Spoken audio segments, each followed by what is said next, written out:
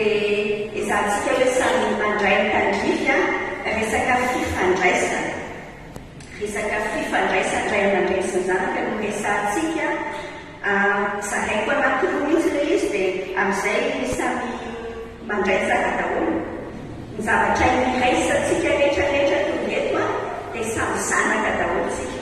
Satria tsy misy mihitsy hoe tonga ho azy eto ambony tany. So dia hoe mijery dessin animé ny ankizy mantsy dia mahita Mowgli dia hoe Mowgli zany dia izay ny Bagheera dessin animé reny misy niteraka mihitsy Mowgli dia misy niteraka daholotsika. Atokitsika zany aloha aty amin'ny zanaka inona ny tokony ho ataontsika amin'ny fomba ifandraisantsika amin'ny ray aman-drenitsika araka ny tenin'Andriamanitra izay ilay ianarantsika eto. Dia avy eo tsika amin'ny tapany faharoa ho antsika rehetra ny ray mihitsy koa satria na ianao koa raha ny zanaka dia mbola mipapasy maman koa ianao ao aorianao dia izao ianao mianatra hoe ahoana ny ahafahantsika manana zanaka mankatoa an'Andriamanitra ina ny tariana amin'ny tompo. Mbola hivavantsika sy ianao ramety ianao? Andriamanitra kainay feno fankasitrahana ny anaran'i Jesosy izay manana fotoana manokana anaty maraina toy izao hoe afaka miaraka mianatra ny teninao, mianatra aminao. Ianao mikasika ny fonay saray hafa. Sokafanay misy ho fonay ny tompo dia mifananao ny asa ao anatinay. Tsy lovy amin'ilay fahazavany teninao zahay. Tsy lovy zahay tompo mba hitanay lalana andehananay ary ianao mihitsy no manome anay ilay fahasoavana fa raisinay zany tompo raisinay ilay fahasoavana ankatoavana izay rehetrarehetra ambaranao aminay. Dia mitenena aminay rehetra na ny ankizy na lehibe tanora na ny vavy dia samy andray izay tandrifanay izay amin'ny anaran'i Jesosy. Amen. Ny zavatra voalohany resantsika sy ianao zany zao aloha dia hoe manaona ny fifandraisan'ny zanaka amin'ny ray aman-dreny araka ny planin'Andriamanitra. Fifandraisan'ny zanaka amin'ny ray aman-dreny no resantsika sy ianao voalohany. Tondram-baiboly ve ianao? Ndao miaraka mijery misy tenin'Andriamanitra hoe jerentsika sy ianao androany tsy mahavalalana koa fa manome fiainan'izay tenin'Andriamanitra. Efesiana 4:1 no atokitsika mijery hoe inona ny planin'Andriamanitra, inona ny taridalan'Andriamanitra.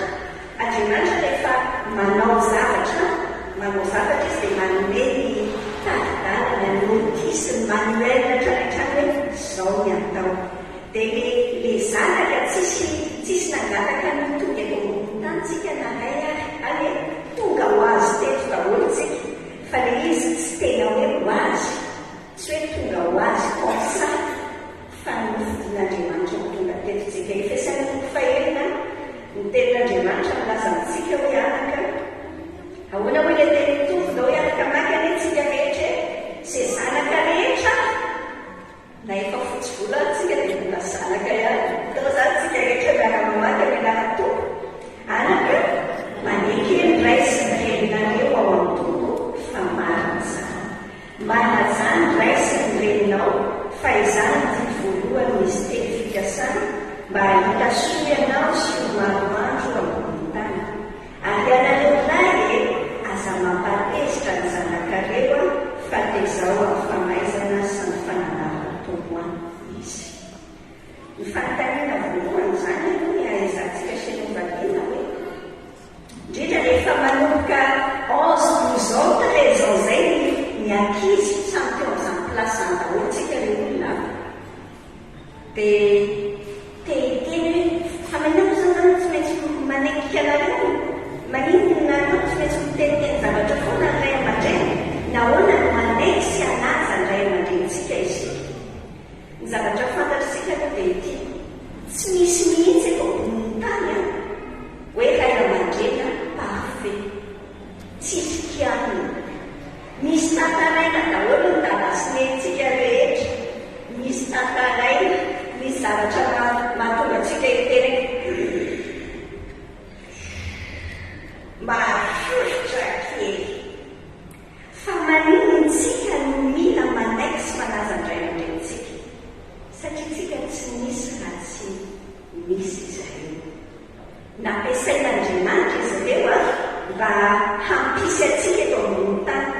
Dia tsy haiko ianao rehefa tonga tamin'izao ny teninao indraindray rehefa tsy falifaly izay ao an-tranao dia lasa tonga amin'ny teny hoe nareo te-hiteraka rehetra. Lalina be tsy hoe izy akory no te-hiteraka anao fa Andriamanitra no mikasa.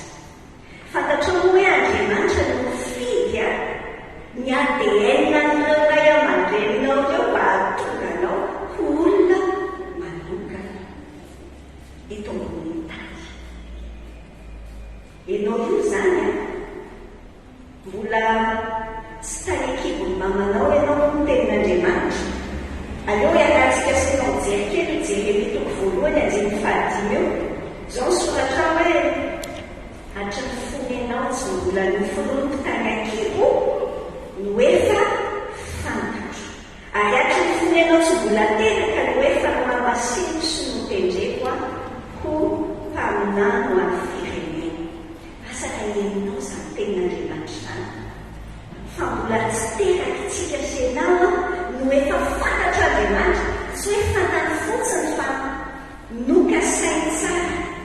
Tany anatin'ny sain'Andriamanitra izany efa tany anatiny asiana tiana kely izany fotsiny anany ny ankapobeny sy akaikikaiky efa asiana tiana dia ohatran'izao ny alavany dia ohatr'izao ny volony dia ohatr'izao ny hodiny dia ohatr'izao ny personnalité-ny any efesana toko voalohany ny tenin'Andriamanitra mbola tsy nanary koa ny fanorena n'izao tontolo izao no efa nofidinitsika efa fantantsara. Dia izay endrikendrika ao amin'ny sain'Andriamanitra izay dia nifidy amin'ny dadanareo sy mamanareo izy. Tsy haiko na avy any Tuléar dadanareo dia avy any Dego mamanareo fa n'Andriamanitra ny any an-tsainy izany hoe mila mamorona tiana kely. Dia natao ny faneny dadanay sy mamanay. Indraindray ao anatin'ny fiainana mety mieritreritritsika sy ianao hoe misy accident izany amin'ny fiainana. Ora mety misy fanambadiana tsy aka-tabaka fa izao tsy misy zaza mihitsy hoe tonga teto ambony tany dia melika izy.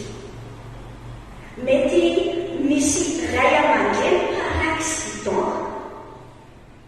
Oh là là, tsy nitandrina saso gasy ny tato nanota io mbola tsy manambady koa verangady nanao izany fraisana nanao izany dia nisy ianao. Oh là là, ianao zany misy fotoana mijery an'le dinianao tsara hoe firy mitadiny anniversaire anao. Jerenao hoe faoviana moa nareo reto no mivaly dia manisy ianao tonga dia misy ohatrany marika be any anatin'oanao eto any ka ny olona hoe par accident be ny tena atao anaty kibon'le mamanay.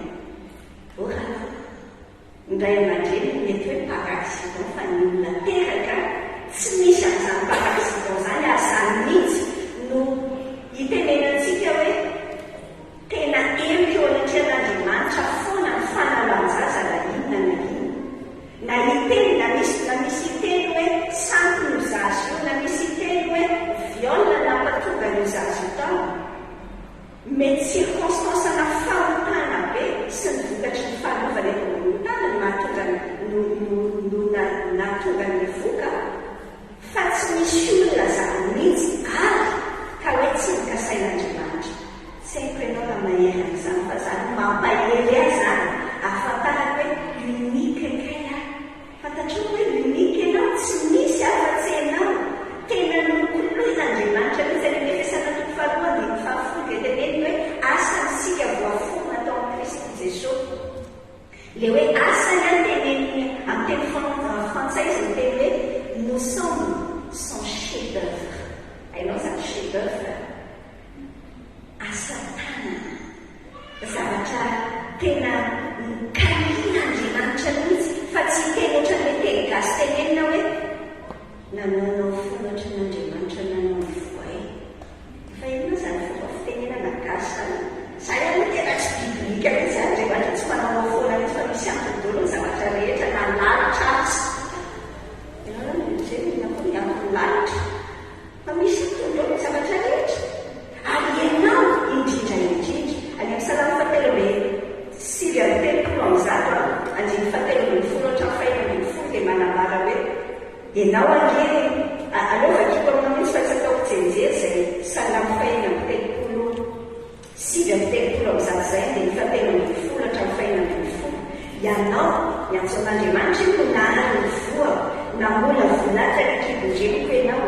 hideranao fa matahotra mahatalanjo nanaovanao ahy mahagaga sanao ahafantatry ny fanahy maromaro sa ny tenako tsy miafina taminao fo natao tany miafina ka ny forona isedrika tany ambanitany ny maso efa nahitana dia fotsy milary fady aza voasoratra tao ambokonao avokoa ny andro voatendry fotsy mbola nisy na dia iray akory azy azonao ve ny dimotion zany zavatra tena mitoko atsika zany tsisy sendra mety mijery masonao ianao hoe fanahitaty maso ty mijora peotra ty normalina tsara io amtomba rehefa ny tompo mijery an'io a dia hoy izy tena sava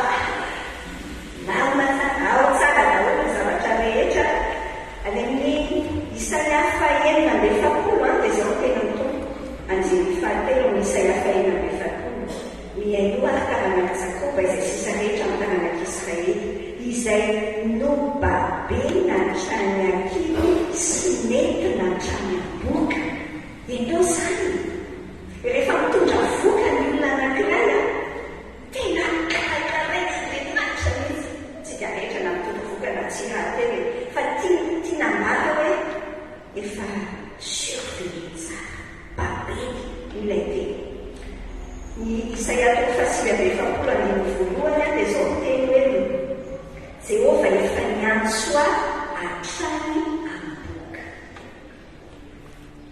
Any amin'ny Romanina raika ambin'ny folo enina amby telopolo tenin'Andriamanitra miteny hoe Andriamanitra no miaviany zavatra rehetra, miazo ny zavatra rehetra ary anto ny zavatra rehetra. Izy aneny maimboninahitra. Nijika ninona circonstance ny fiavinao tetỳ ambony tany. Tsy afaka hiteny ianao hoe ny texte ao amin'ny Romaina itra hoe Andriamanitra niaviany zavatra rehetra sauf moi. Tsy izay ka tsy izay. Fa ianao ao anatin'izay Andriamanitra tsy mikasa ny fisinao. Inona zany no ataontsika fa voaterakitsika dia tenen'Andriamanitra amintsika hoe nareo zanaka manekeny raisinareo ao an-toa fa maro ny zanaka. Hitanao amin'ny fiainantsika misy vanim-potoana. Misy ny antsoina hoe vanim-potoana ma-ankizy. Rehefa mbola ankizy tsika, ankizy zany moins de 12 ans zany. Amin'ny vanim-potoana ma-ankizy antsika dia tenen'ny tompontsika tao amin'ny Efesianina toko fahaenina teo hoe manekeny ray sy reninareo ao an-toa. Inona zavatra andrasan'ny tompo amintsika? Mahita ve zany zao ny ankizy hoe inona zavatra andrasan'ny tompo amintsika? Tsakana tana izay moins de 12 ans rehetra hoe misy mahay mamaky teny venareo sûrement hitanareo soratra kely inona ny andrasan'ny tompo amintsika le rabe galina ray aman-dreny miana mamaky mafy be hoe isa roa telo rasoa tsy maheno isa roa telo akatoavo ny ray aman-dreny. Aleo miara-mamerina kely tsika zay moins de 12 ans rehetra dia miara-miteny isa roa telo akatoavo ny ray aman-dreny. Ina ny andrasan'ny tompo amintsika hoe aveantsika indray mandeha isa roa telo akatoavo ny ray aman-dreny. Izay ny andrasan'ny tompo amintsika. Manaiky ny respireto ao amin'ny tompo. Zany hoe tediavin'ny tompo amintsika zany mianatra mankatotsika. Na Jesoa ary samy mahafantatra ny Jesoa daholo ve ny ankizy rehetra ny hoe Jesoa ary olona teneniny any boky ny Hebreo any mianatra nankatoko Jesoa, mianatra nankatoko tenen'ny tenan'Andriamanitra mihitsy.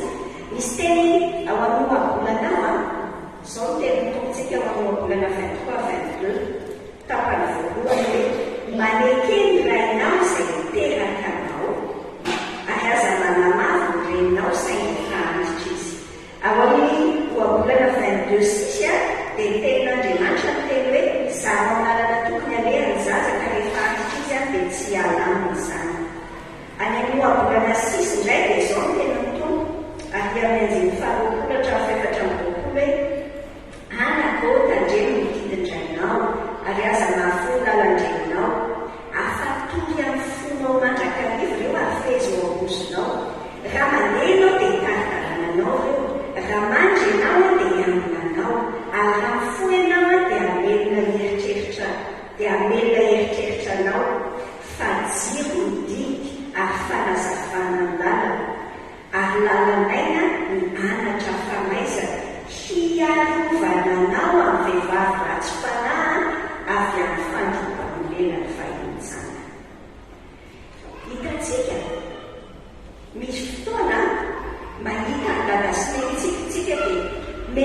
mahita azy ohatra hoe tsy tanteraka izy tsy parfait zavatra atao fa temen'Andriamanitra tsika hoe tsy mitoetra ny akory no jerentsika, tsy miankina amin'ny hoe mahafinaritra izy sa tsy mahafinaritra ny ankatoavantsika na tsy indray aman-drentsika.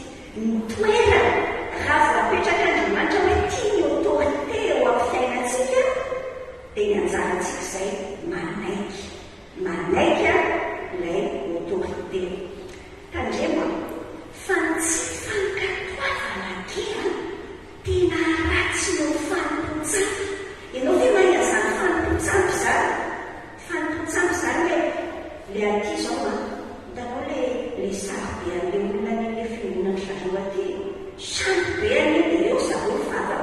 Ianao ve fa niekoaka tamin'ilay? Mbola tsy niekoaka tamin'ilay tsika fa ndraindraitsika mieritreritra hoe satria tsy niekoaka amin'ireny dia za zany mba tsara amin'ireny. Fa tandremo ny tsy fankatoavana ka zavatra ratsy noho ny fanompontsampy ho an'Andriamanitra. Ianareo ke no teny ao amin'ny Samuela voalohany toko 5:10. Raha ohatra ianao moa ka afaka mahanaka miaraka amiko dia afaka mihitsy ny baibolinao, jereo kely le telefoninanao fa mahasoa antsika sy ianao mihitsy ny mahita an'ilay texte. Dia averiko foana fa raha tsisy baiboly ny telefoninanao dia ario telefonanao raha tsisy baiboly tsisy lanazy akory tsy mitondra ny fiainana. Samuela voalohany toko 5:10 sy 13 vakiko mianarana tompo hoe zao nolazan'i Samuely, sitraky Jehova no mifanatitra hodorana sy mifanatitra hafanajadrano mihoatra ny olon'ainy feo an' Jehova. Manaraka ny tsara no mifanatitra ary miaino tsara ny saboran'Andriana. Fa ny mihodina dia toy ny elona mifankatova ary miditra dia toy ny manomposampy sy terafiny satria nananteny Jehova ianao dia nolavina tsy ho mpanjaka kosa. Mifankatoavana tena important n'Andriamanitra. Tsy fikasana fotsiny tena tompo amintsika. Tsy miteny fotsiny tsika hoe okey, rasy fa hiezaka ankatoa fa avy eo mitoy ataontsika tenenina zany ianao hoe okizay ho any ny telefony io.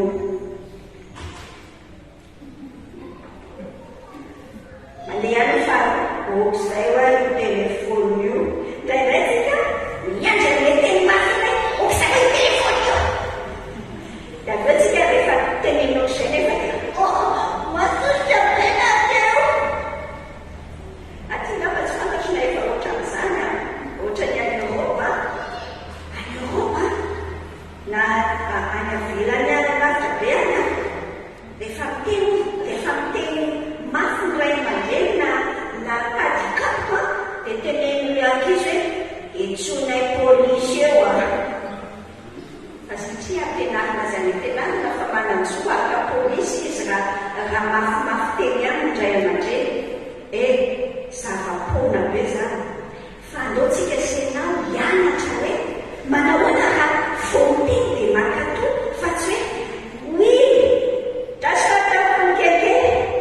Zarenao le misy texte anankiray zay ao amin'ny Matthieu 21 ao amin'ny Matthieu 21 Matthieu toko 1:20 ary amin'ny 7:20 ary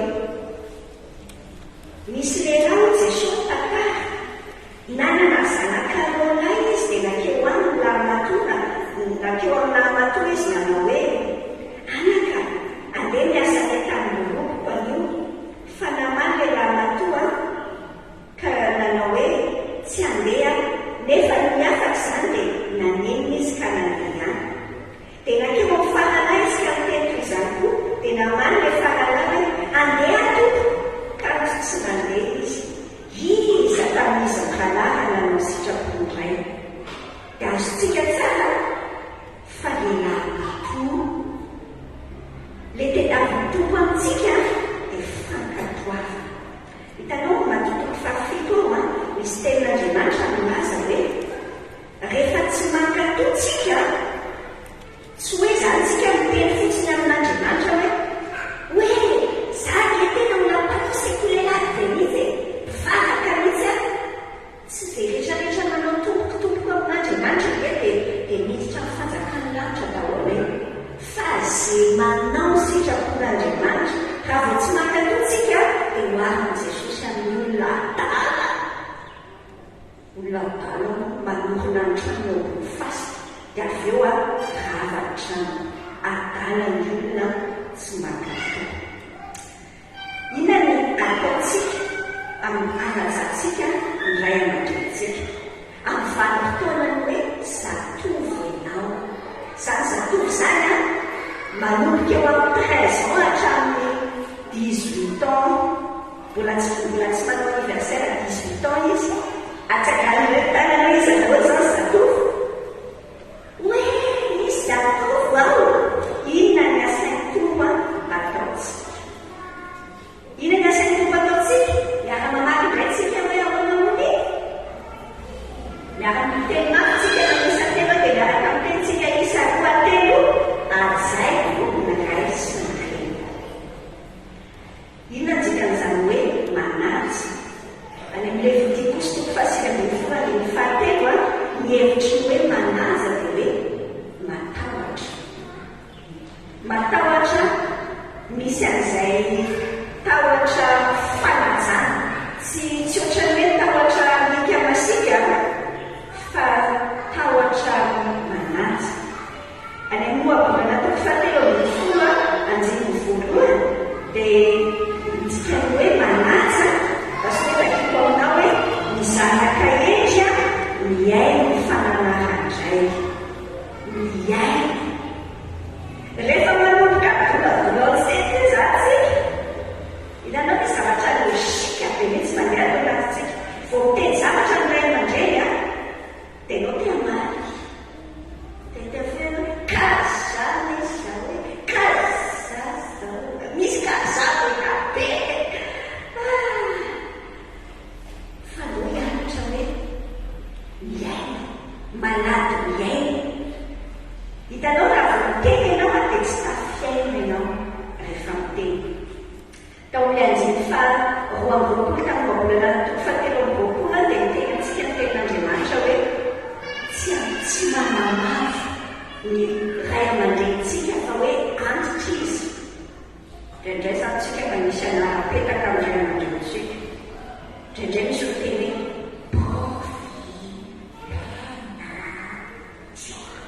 inona daholo fetsinao la mamany.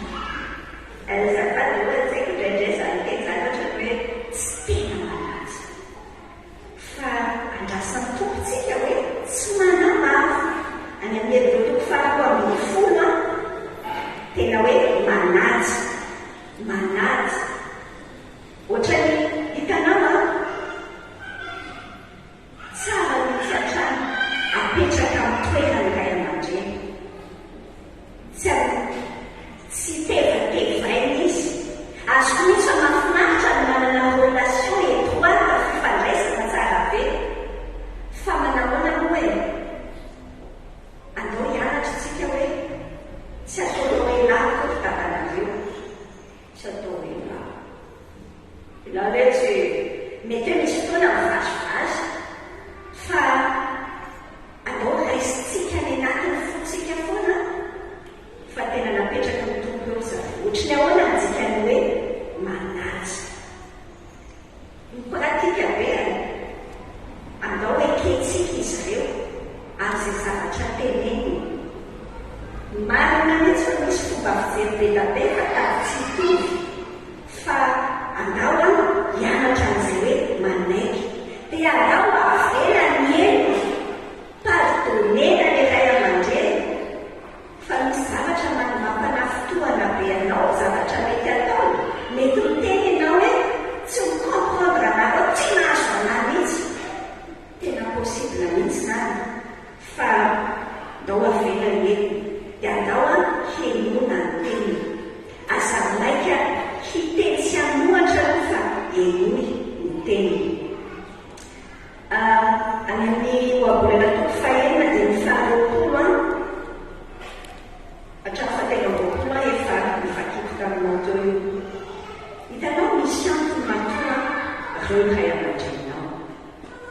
na mampiomehy izy ireo na tsy misy fotoana le gadana ohatrany hoe manaka avela be foana ola le reny any tonga dia ohatrany hatrany rasoerina be tonga dia masisaka be ny olana an'ireny zany satria maharadratra be tamin'ny fiainana izy fa andaotsika senao hianatra hoe misy andro any fiain'Andriamanitra anao koa matoa iondraisarenao.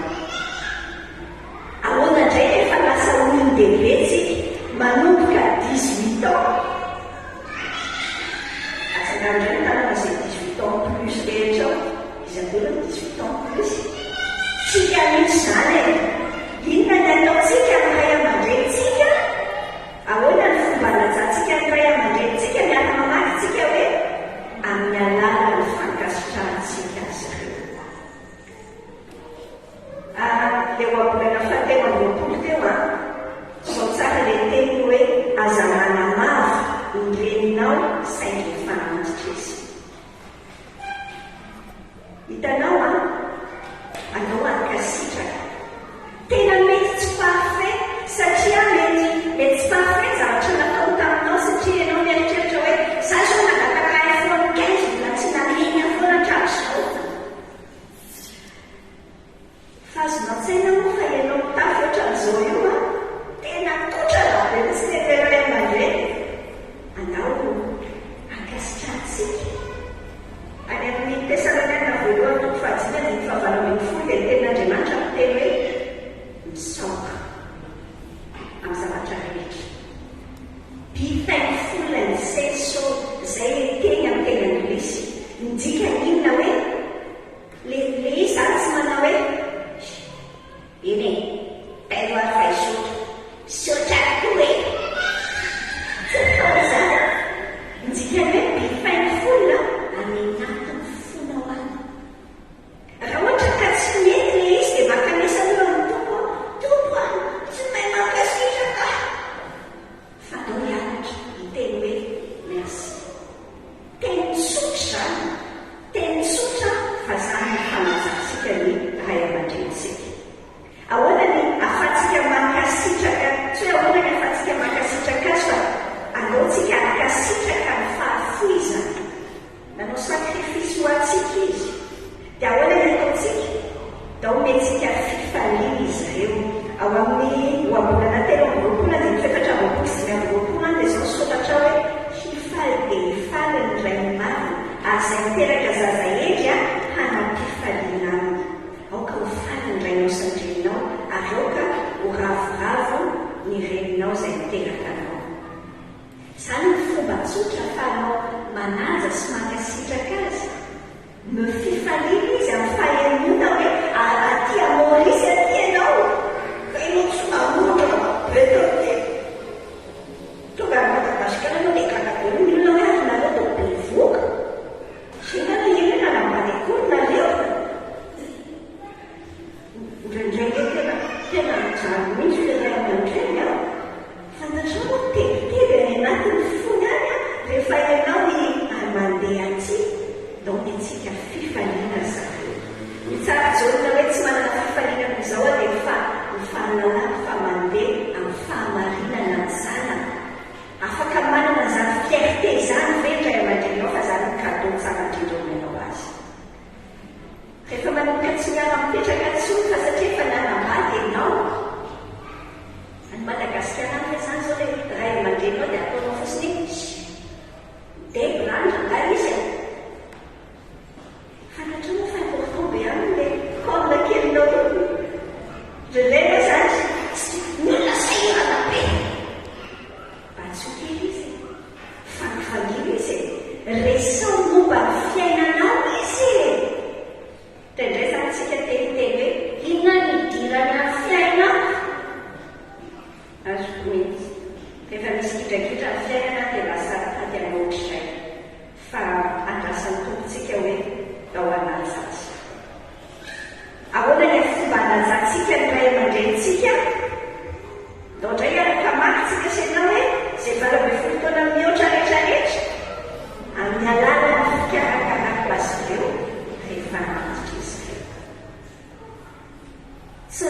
manao fotsiny.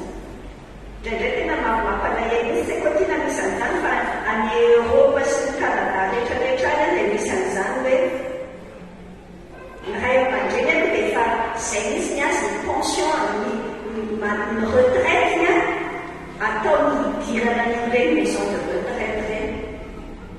Dia tsy misy vatsivaky ilay zana sy inona fa dia dia karakaraina fotsiny mandrapahafatana.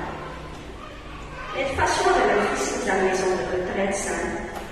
Fa fahasoavana amina eotsika senao dia andao karakaraina. Enonao kely tenin'Andriamanitra ao amin'ny Timoty voalohany toko 5. Ao amin'ny Timoty voalohany toko 5. Ary amin'ny andininy 2 sy 4 izao ny tena tompo hoe omeo voninahitra ny mpitondran-tena izay efa mpitondran-tena tokoa. Fa raha misy mpitondran-tena manana zanaka lazafy aoka hoe hianatra aneo izay toe-palaraka n'Andriamanitra amin'ny ao an-trano ka mahasoa ny ray ny aman-dreny fa zany makasitrany anatryan'Andriamanitra.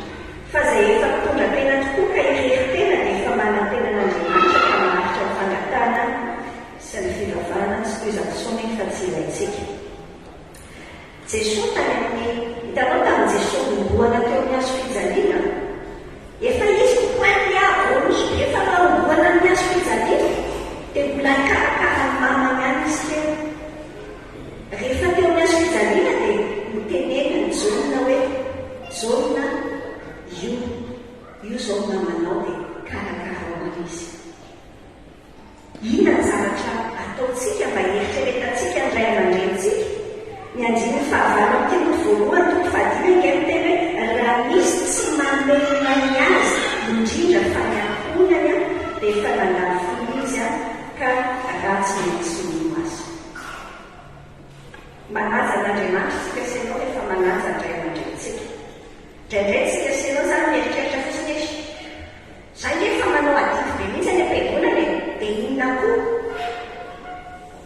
le izy averinao fa mahantra nga Andriamanitra mila ny volanao iny ny zavatra ataonao amin'ny olona no kotian'Andriamanitra. Ny zavatra ataonao amin'ny ray aman-dreninao amin'ny mpitondranao zany kotian'Andriamanitra. Inona ny miandry anao ka ohatra ka manaja ny ray aman-dreninao ianao? Efa hitantsika tao amin'ny Efesiana toko 1 izay mamerina ny Deutéronomie toko 10 izao ny tena ny tompo. Dia Deutéronomie andraso fa vakiko aminao io Deutéronomie toko 10 hoe manajany rainao sy ny reninao araka ny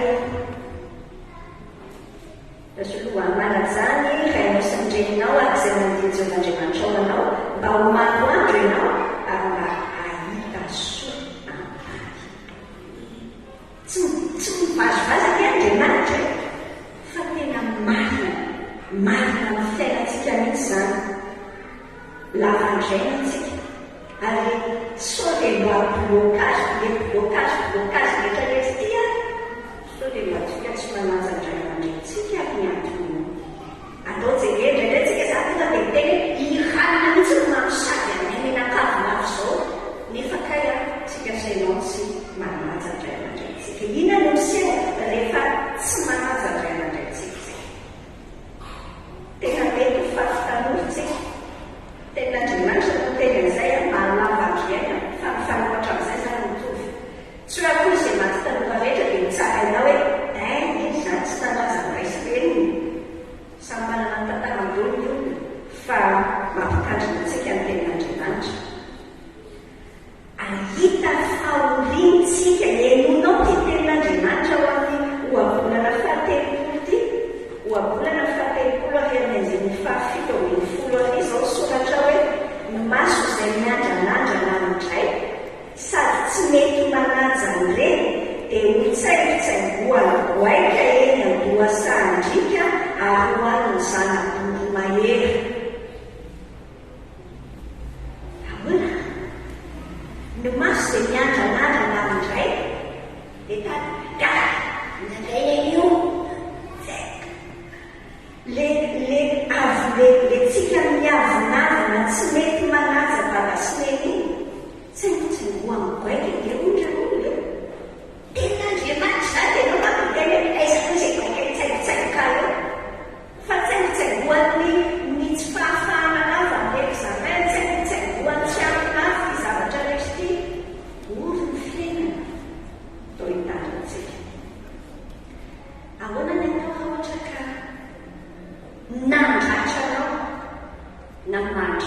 indray aman-dreny ka tena mety mitrano izany ary ka matetiky trano izany na efa tamin'ny passé na ankehitriny mihitsy aza zao ianao tsy mifampitena angava sy manao na mamanao na tsy haiko hina ny atao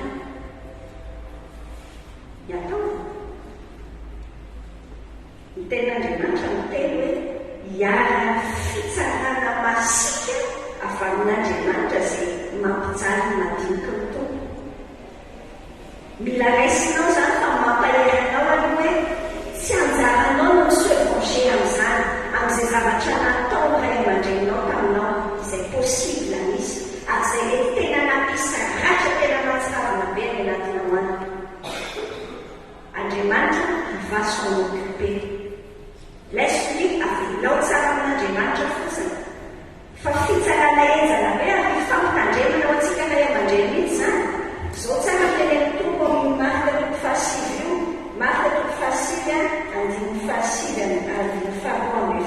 hoe na iza mahatafotoana na iray aza ireo madinika mino ary eo dia tsara ho azy raha natonana vato lehibe fisoam-bary ny vary ny vozony ka atsika ilay natoranomasina izy. Inona ny ataontsika? Ny sainantsika sy ianao micomprendre. Mila micomprendre aty anaty lohantsika fa tsy misy olona parfait. Tenin'Andriamanitra miteny hoe tsy misy marina na dia iray akory aza ohatra ho manatelo 9:12. Tsy hoe akory no dina tsy hita nefa zany ny zavatra natao hoe ao anao fa tsy vakoloa e nefa kely izy ka ao anatinao ihany ao amin'ny fitoeran-jokodira ao anaty sainao ao. Zao ny tenin'Andriamanitra ny Efesiana efa nomeny tompo antsika daholo mitari-dalana raha misy madratra anao zany dia ahoana ny ataontsika. Efesiana 4:3-4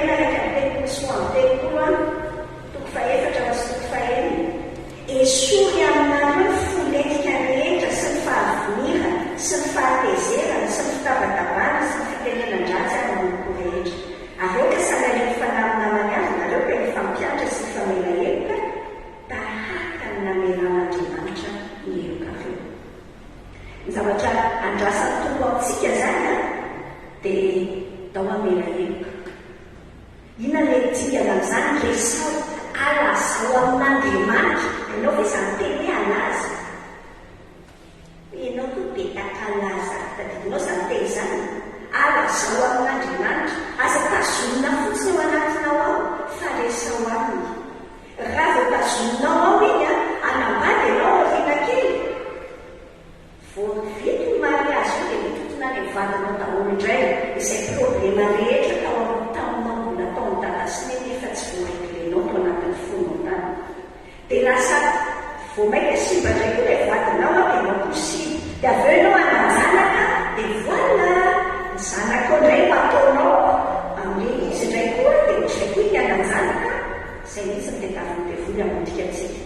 Fa ianao avitsory amin'Andriamanitra dia lany miresaka amin'ny dada sy neny. Rehefa vitanao izay mamela heloka ny olona ianao hoe areglenao amin'Andriamanitra aloha ilay izy. Ny famelan-keloka dia miankina ny afanao mamela heloka dia ianao mahatsapa sy miaina ny hoe voavela heloka ve ianao. Izay dozina fahazahoanao famelan-keloka Andriamanitra aminao no afanao mamela ny hafa. Raha toa ianao zany tsy mahay mamela heloka, ny problema tsy ilay olona na misy ratsy anao fa izy foana ane zany na ray aman-dreny na mpitaintam-polona izy. Misy foana ny olona izay tsy zakanao ny atao. Fa ahoana ny solution? Mandalo makeo amin'ny tompo ianao dia ienara hoe ohatrany ahoana ny namenany Jesosy ny helokao. Rehefa fantatrao izay dia afaka mamela ny heloko ny hafa ianao. Dia nana mitsotra ny ray aman-drenao tenenao anazy hoe zany hoe tena tsy fahitaminareo mihitsy.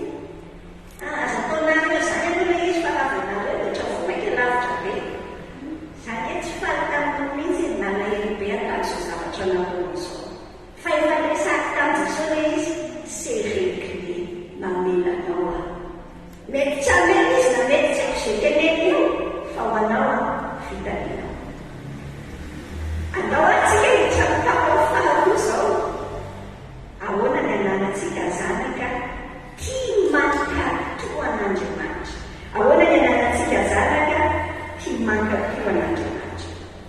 rehefa nanao anoankonantsika io Andriamanitra tanjon'Andriamanitra amadika mibaibotsika ny Deutéronomie fa tsika ny mahita tanjon'Andriamanitra miankonana sy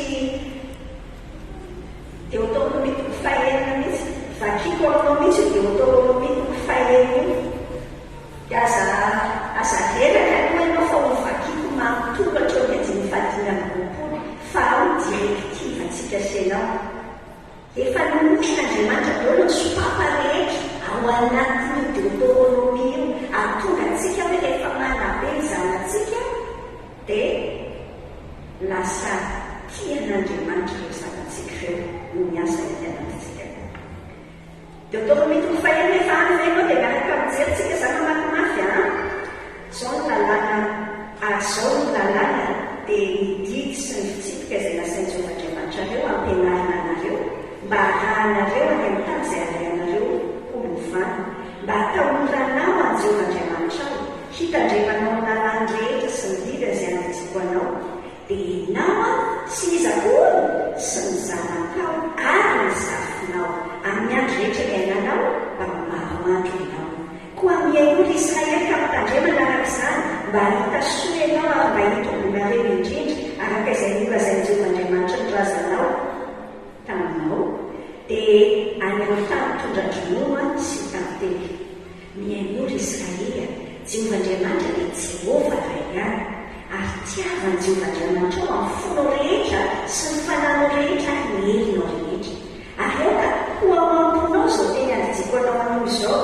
dia ampianary tsara ny zanakao izany ary resao na mipetraka ao an-tranonao ianao na mandeha ny an-dalana na mandrina ny fo ary fehizo ny famantarana eo amin'ny tananao reny ary eoka ho fefampatsiarovana eo amin'ny andrinao eo ambony ny andrinao asorato ny kinambaravarany tranonao sy eo amin'ny vavahadinao ary rehefa hitan'i Jehovahandriamanitra ao ianao any amin'ny tany izay nianiana tamin'ny Abrahama sy Isaka ary Jakoba razanao eny ianao dia tany misy tanàna lehibe sady tsara izay tsy nataonao sy trano feno zava-tsoa rehetra izay tsy nofeninao sy lavaka famorindran'ny voalavaka eo amin'ny vato izay tsy nolavanao sy tany voavolovoloboka sy azo oliva izay tsy nambolenao ary mihinana ianao ka avoky dia mitandreny fandrao adinao Jehova izay mitondranao mivoaka avy tany amin'ny tany Egipta tamin'ny trano nandevozana matahoran'i Jehovahandriamanitra ao ianao ka manompo azy ary eoka ny anarany no ianiananao aza manaraka izay Andriamanitra ka famoreny Andriamanitra ny firenena manodidina anareo fa Andriamanitra saro-piaro eo aminao hoe Jehovahandriamanitra hoe fandrao hirehatra aminao fahatezena Jehovahandriamanitra ka ho fivorantsika eo amin'ny tany ianao aza manaraka fanahy Jehovahandriamanitra reo nareo tahaka ireny fanazy nakanareo fanazy tao maso tandreny tsara ny didin'i Jehovahandriamanitra reo sy ny teny vavolombelony ary ny lalàna izay fanadidinanao ary atao izay mahitsy sady tsara eo mason'i Jehova mba hita soa ianao ary mba hidiranao andova ny tany soa izay nianianan'i Jehova tamin'ny razanao meny azy ary mba horohaniny sy eo alohanao ny fahavalao rehetra araka izay nolazain'i Jehova ary manontany anao ny zanakao amin'ny andro afaka manao hoe manahoana moa teny vavolombelona sy ny teny afitsika izay fanadidin'i Jehovahandriamanitsika anareo dia nolazainao aminy hoe andevo ny farao tany Egiptatsika ary tanana mahery no nitondrany Jehovatsika nivoaka avy tany Egipta ary Jehova nanao famantarana sy fahagagana lehibe sady mandoza tamin'ny Egiptiana sy farao ary niakonana teny masotsika ary nitondra antsika nivoaka avy tany izy ampidirany antsika mba homeny antsika ny tany izay nianiana tamin'ny razantsika homena azy ary Jehova nanidy antsika anaraka ireo didy rehetrareo sy atahotra ny Jehovahandriamantsika mba hahita soa mandrakarivo sy olombelona tahaka ny amin'izao anio izao amin'ny fahamarinantsika ny mitandrina anaraka izany didy rehetra izany eo anatrehan'ny Jehovahandriamantsika izay fanamidina antsika. Izay hoe direktiva amin'tompo inona ny tanjon'Andriamanitra raha ohatra ka manome antsika io didy raha manome antsika ny akohona ny tanjon'Andriamanitra hoe nampisy hoe famaniny no atao eny izy family. Hitanao ny anjeny voalohany sy faharoa teo teneniny tsara teo amin'ny anjeny faharoa hoe omeny an'ilay olona zany le didy sy lalàna fa tany amin'ny programman'Andriamanitra mihitsy hoe au sein de la famille.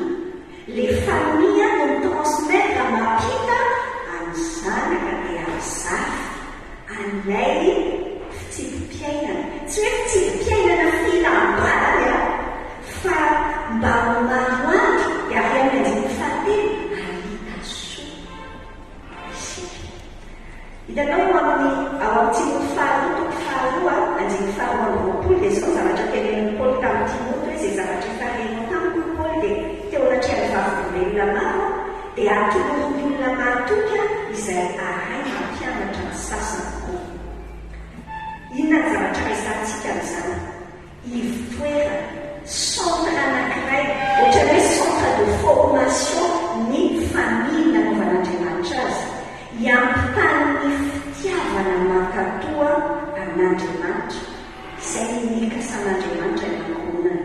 Tanjon'Andriamanitra, ny tanjon'Andriamanitra amintsika nanao antsika ao anatin'io famille io isika tsirairay avy a tsy hoe akory hoe mitahian'Andriamanitra fotsiny hoe mba tsy aty amintsika hoe ho tahiana fotsiny fa toerana ahafahan'Andriamanitra manome voninahitra ny tenany amin'ny alalan'ny fankatoavana, fiainam-pankatoavana, fampitana ny fankatoavana. Ahoana zany ny ananantsika zanaka ty sy mankatoa an'Andriamanitra? Misy telo karaktera resako aminao amin'ny alalan'io texte-io dia oton'ny mety ho faheniny. Ny voalohany mora tadiny daholo zany tiavo folo manontolo io Andriamanitra. Tsika zany to dia miditra pratika mihitsy ahoana ny ananantsika zanaka ty sy mankatoa an'Andriamanitra. Mbola tsy manana zanaka ianao satria mbola tsy manambany akory azy, mbola afaka fotoa ianao vao te hanambady. Zao ianao dia efa mianatra ihany koa. Ahoana ny atonga ny hoe rehefa tonga izay fotoana izay dia tia an'Andriamanitra ny zanakao eo, tiava an'Andriamanitra ny folo manontolo. Ny zavatra faharoa resantsika dia izao hoe ampianary tsara ny zanakao, ampianary tsara. Moan'ilay baiboly mihitsy tenin'ilay baiboly mihitsy zany teneniko anao zany dia velarintsika kely avy dia tandrema midindony izao fotoana izao. Aveantsika sy ianao miaraka ny inona ny voalohany? Tiava ny folo manontolo Andriamanitra, ny folo manontolo. Inona ny faharoa? Ampianary tsara ny zanakao. Fahatelo, tandremo ny dindony izao fotoana izao. Dindony izao fotoana izao zany hoe influence amin'izao fotoana izao. Hitanao eo mianjeny fahatelo izy milazany hoe mba hita soa ianao ary mba hitombonareo indrindra. Zany tena fikasan'Andriamanitra. Tsy mila iangavian'Andriamanitra ny soatsika fa efa ny natiny saina. Tia atao amintsika zany. Fa ny amin'ny fomba anaovany azy. Le autoroute, le lalana mandeha makany amin'izay fitahian'Andriamanitra izay izy hanasoatsika dia itsika tsirairay sepanira tsara, mitombo tsara. Dia ao anatiny ireo lalana anankitelo eo. Tia an'Andriamanitra fotsika manontolo, mampianatra tsara ny zanantsika dia tandrina tsara. Ahoana ny ananantsika zanaka ty sy mankatoa an'Andriamanitra? Hitanao eo ny anjeny fahaefatra hatramin'ny fahaenina tenenin'ny tenony tompo ary naverin'i Jesosy io any Matteo toko faharoa amby roapolo andiny fafito amby telopolo sivy amby telopolo. Ny zavatra voalohany ina hoe zavatra voalohany ataontsika hateana ny zanaka ty sy mankatoa an'Andriamanitra tsika tiavo amin'ny folo manontolo Andriamanitra. Izay ny tenony tompo amintsika eo ny anjeny fahaefatra sy fahadimy hoe Jehova Andriamantsika, Jehova ray ihany.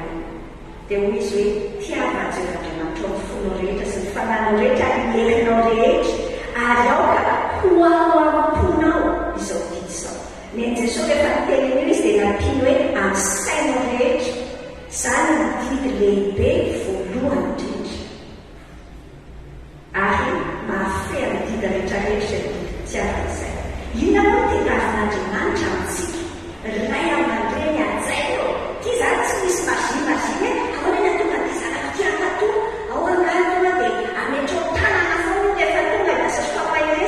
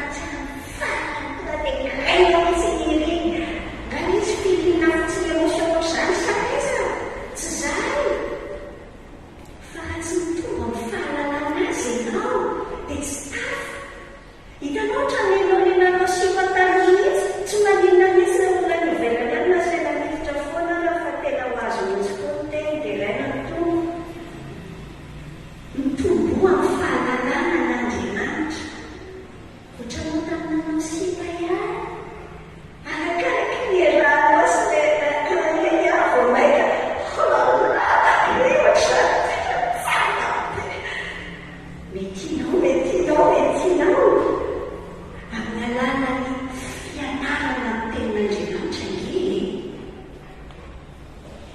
aiza miara-manao an'andriamanitra raha tsy miteny. Andriamanitra mampahafantatra ny teny amin'ny alalany, mampahafantatra ny tenany amin'ny alalany teny. Zao ny fiainana mandrakizay hoe zao natao fahafiton'ny ny fahatelo. Zao ny antsoina hoe fiainana définition en vie éternelle égale mahafantatra an'Andriamanitra. Zay définition en vie éternelle. So dia eritreretinao fa définition en vie éternelle dia rehefa le misy maty dia asiana le PDP hoe RIP, rest in peace. Zany menie foana rehefa mahita iny hoe rest in peace. Nefa misy olona be maty izay mihitsy izy vao tena nomboka ny afobeany. Zao mihitsika ianao dia efa tian'Andriamanitra ny rest in peace zao. So dia eritreretinao fa manozina anao fa tsy teny hoan'olona maty zany. Ny fiainana mandrakizay omen'Andriamanitra manomboka zao. Ary ao anatin'ny fahalalana azy izany fiainana mandrakizay zany. Ny Baiboly mirevelen'Andriamanitra ny tenany. Ny Baiboly te hianatra isika hafantatra azy. Tianao hoe tian'Andriamanitra ianao. Fantarao nge hoe qu'est-ce qu'il a fait pour toi?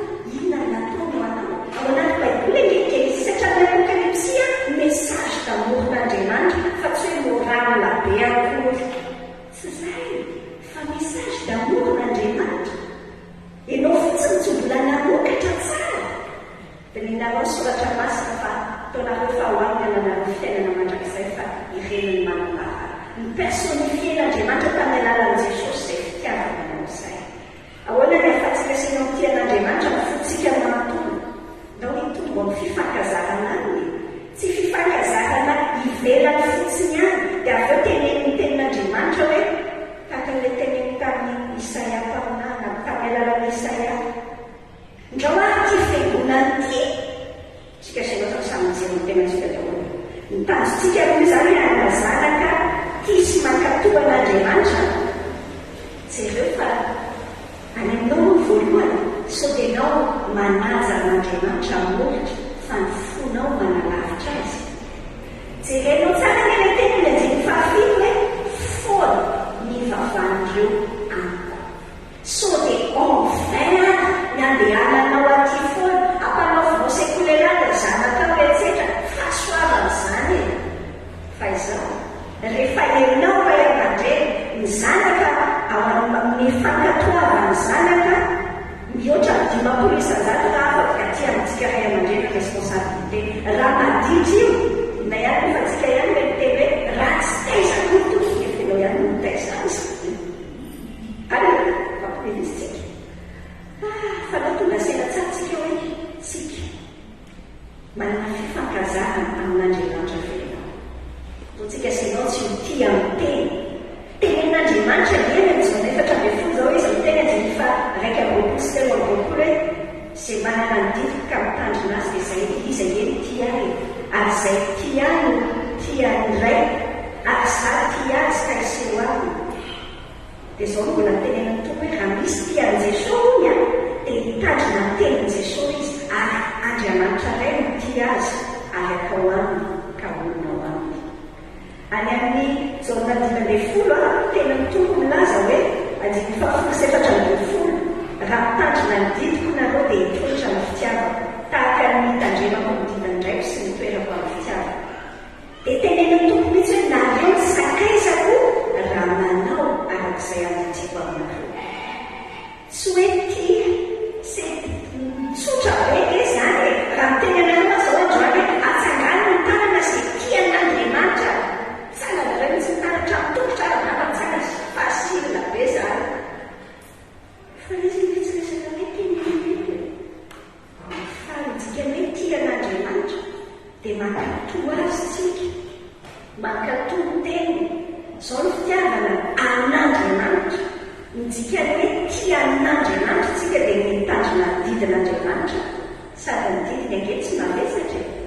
Mampatonga anao hoe mavesatra aminao manao sitrapon'Andriamanitra dia mbola tsy azonao tsara izay ny fitiavan'Andriamanitra. Tsy azonao tsara ny fitiavan'Andriamanitra dia atao mbola kehitrehana.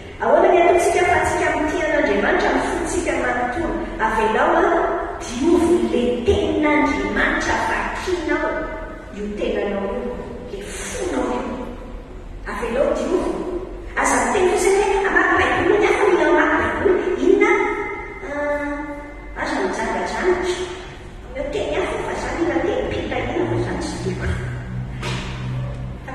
avelao raha zay ny tenen'ny tompo anao dia atao diniana Jesosy fa ina zany mila marina avy aty anaty fotsika teny hafa ao ny fony be an'le faharatsiana rehetra ao daholo mivoaka daholo ny faharatsiana rehetra mivoaka ao anatitsika ao anatitsika eo zay maloto atsika zay dia tsika ny le fonao mihitsy aza vela atao superficiel fotsiny fa tena avelao le ten'Andriamanitra manadio anao sao natao fahadinadiny folo dia mifahatelo milaza fa io ten'Andriamanitra io manadio atsika io mitenenan'Andriamanitra amintsika ohatran'ireny sécateur kely reny manapatapaka hoe inona le tsy mety inona le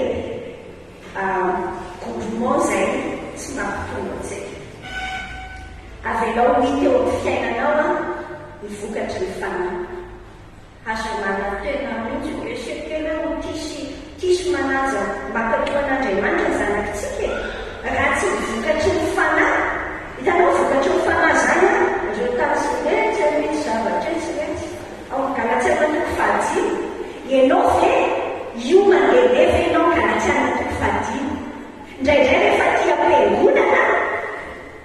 am-piangonana dia ohatrangaitsika mihitsy manao kristiany ohatrany lazay eo zany hoe miaina falifaly dia be fitiavana rehefa misabana indraindray izy zanako tena gaga mihitsy hoe famanina dadanay rehefa ny am-piangonana tsara fanampy mihitsy fa vao tonga atao trano sakanay mandositra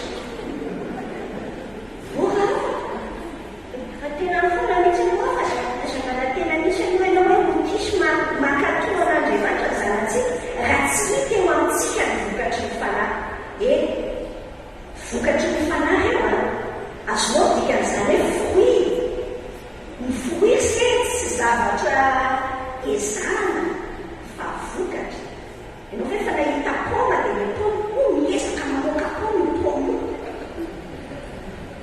hitanao problematsika ndasinao le kohatra kely anankiray vetivety ny fiainantsika senao ohatran'le hoe hazo reny zany sainao ge hoe eo atokotaninareo zany misy hazo papay malala papay koa oke malala papay anao misy hazo papay atokotaninareo fa ny atao hoe ianao zany tena tehinana pibasy mahay pibasy koa ianao zany misy ifandraisana misy hoe pibasy ny papay rehefa masaka le zay dia sabo orange fa ndraikeza be ndraikely fa tehinana pibasy mafy ianao ka mizany zavatra matonao tena dia tany tseny ianao dia mividy pibasy dikonao tonga tao an-trano ianao dia tsy tsakatsaka anao le pibasy dia misokotrenao teo amin'le hazona papay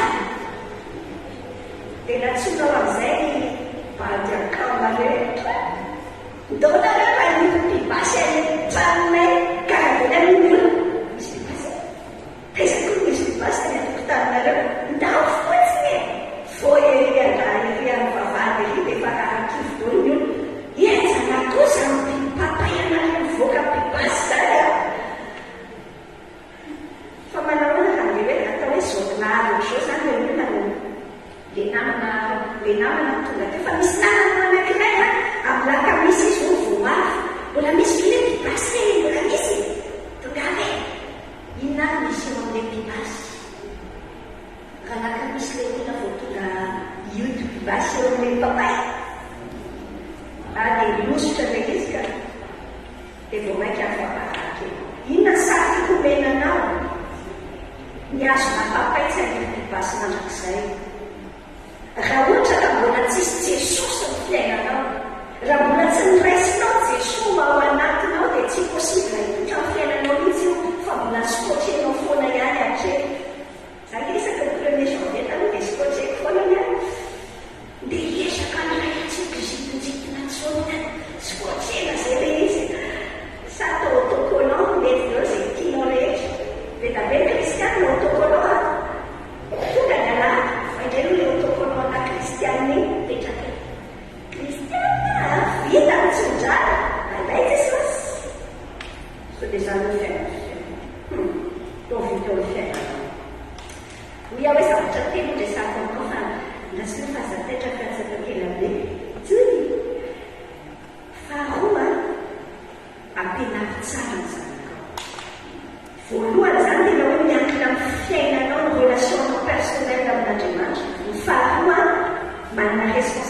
ianao mampianatra tsara ny zanakao.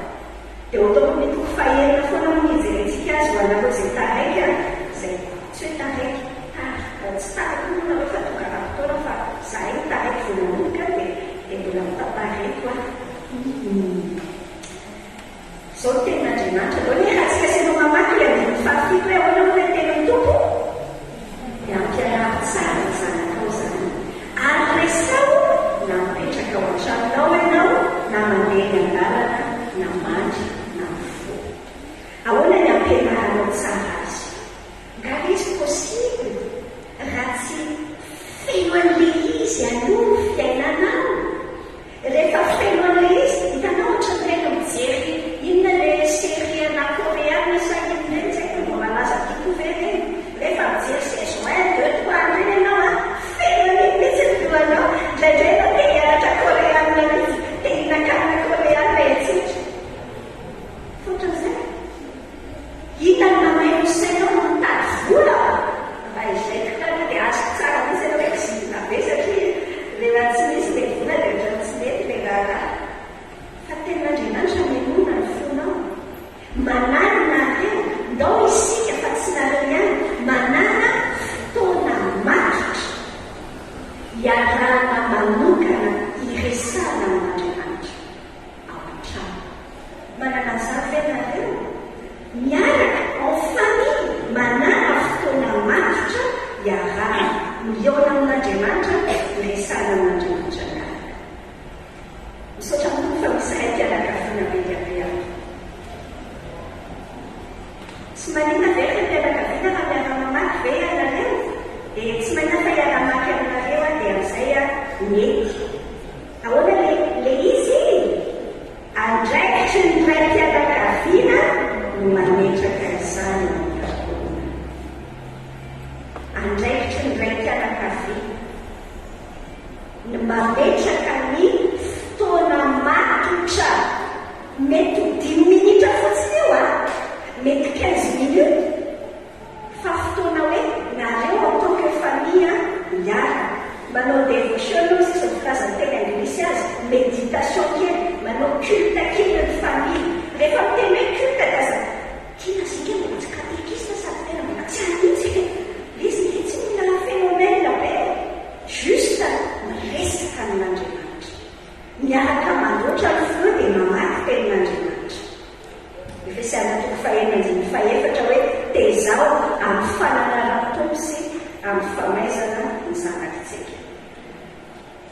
Ahoana moa ilay tenin'ny tompo ampianary tsara ny zanakao zany dia resao miresaka. Izy kely miresaka ao amin'ny communication fototra rahava ahatonga ny zanakitsika ho tisy ankatohan'Andriamanitra. Te hanana zanaka endry ao arahana fotsiny taktika amin'ny tompo miresaka communication antsika eny an-dalana.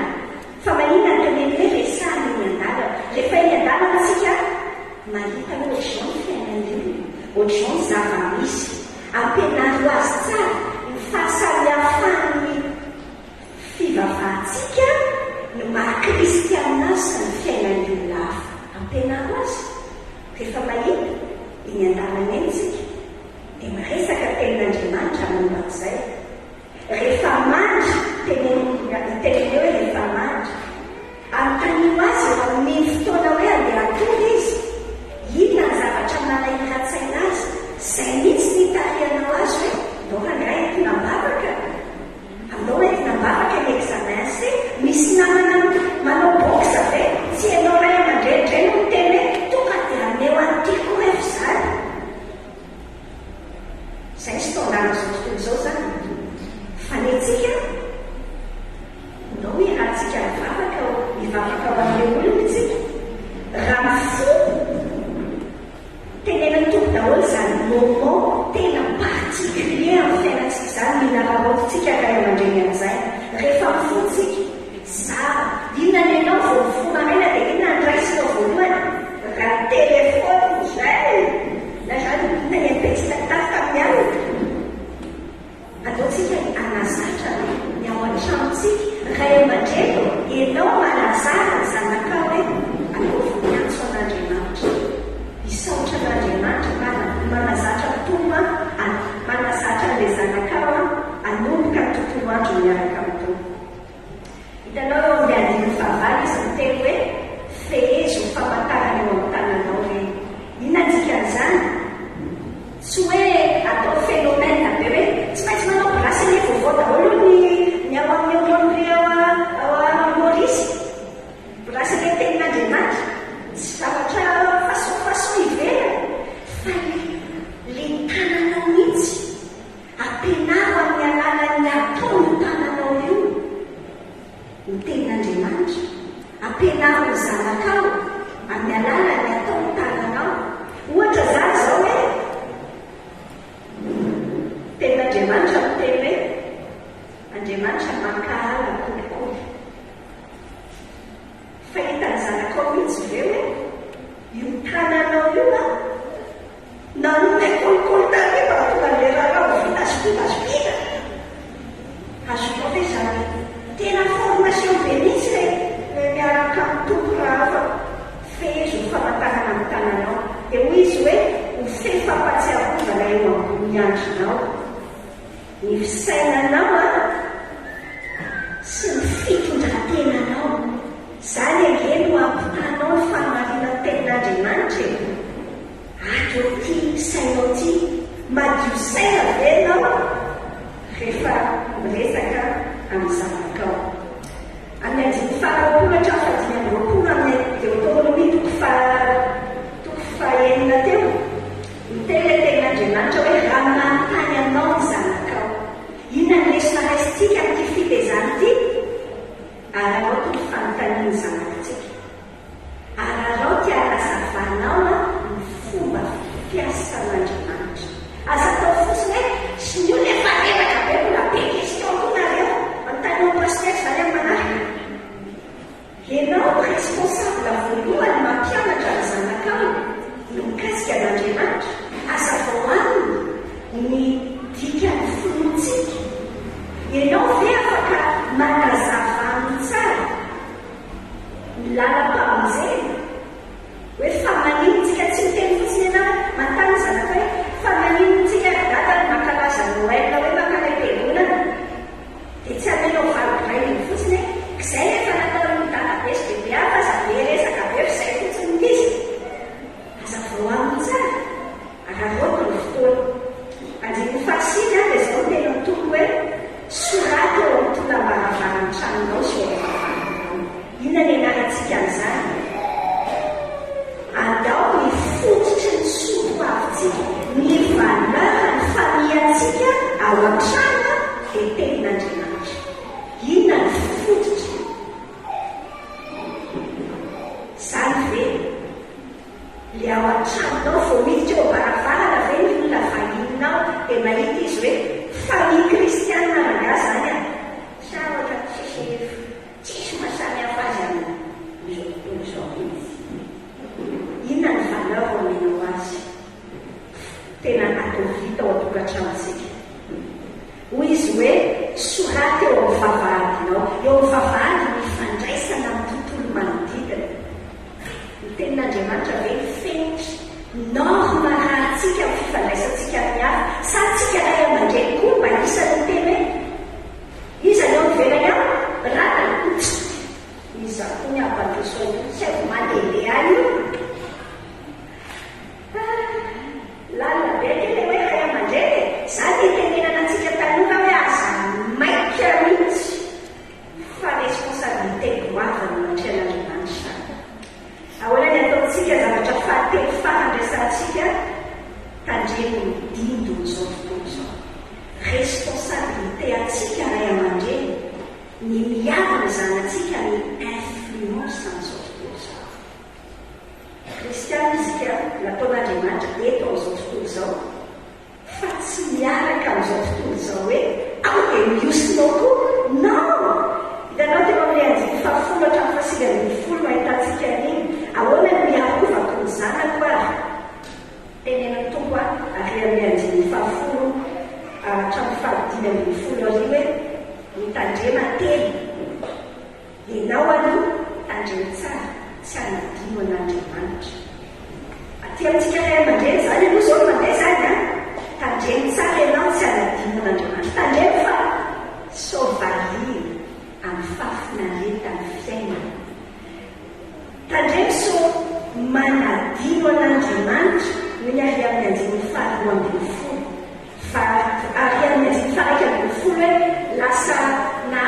soa ianao be diabe dia lasa manadio. Indraindray rehefa tonga ty amin'ny tany mandroso kokoa aty any izy confort kokoa no ny any antsika ndre fotsy rano mihitsy adinonao antranonao hoe ainao kefa nanao fanekena tanjiso tandremo ny tenandriamanitra tandremo manadio tandremo so lasa manaraka fanompotsampy amin'ny fanaozao tontolo zao. Ianao ngamba hiteny hoe tsy manampisampy zany mihitsy aho. So tsara miteny am'izona voalohany toko fahadina dia mifaraka amin'ny roapolo hoe mandosina ny fanompotsampy. Inona ny fanompotsampy? Fa inona ny sampy mety ho tompoitsika?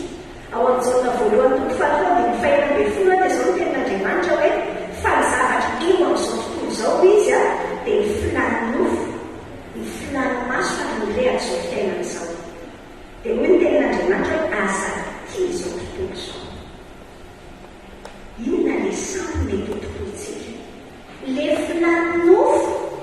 Tsika senao ke mety tsy akohaka, mety tsy misy mekohaka le Andriamanitra be amin'ny haingo eo fa mety tena mekohaka amin'izay rehetra plezira tsikatsika, mety ny sport zany, mety Facebook, mety je sais pas, samy manana azy daholo tsika.